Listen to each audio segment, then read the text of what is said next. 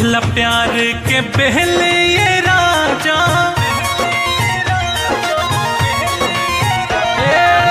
चाप दिहला प्यार के पहले ये राजा, दिहला पकड़ के पिछो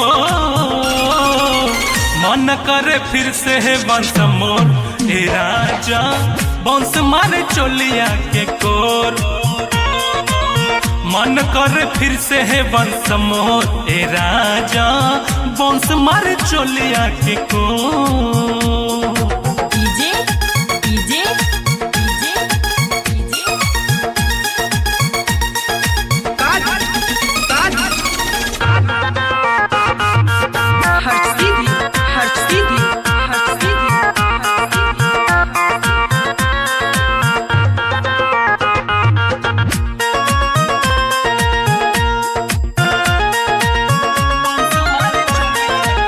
थूक दिला जगहे पखींच दिला या चेहरा, मारी के धक्का तू खोच दिला पचरा।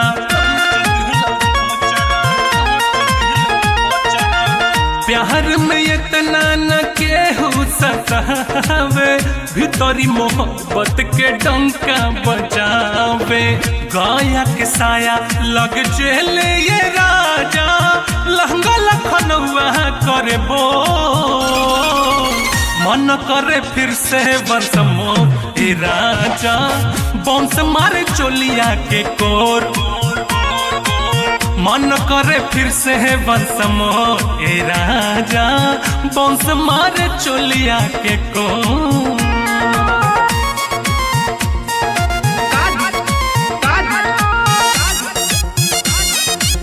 हर सीधी हर सीधी हर सीधी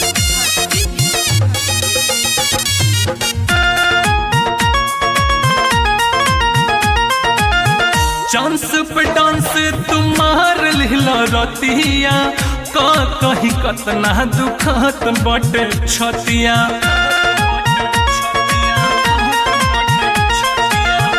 ऐसन सुख से परहेज करतानी, पिंटू विश्वकर मारू की बतिया तमानी। सूखल जगह पे धरते ले ये राजा, अतन लगवा नहीं जो।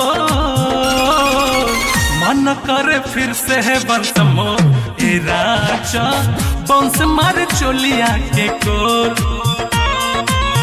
मन करे फिर से है बंस मोर ए राजा, बंस मारे चोलिया के कोर। चला तोहरे बात रही, हो जाएगा बंस मोर।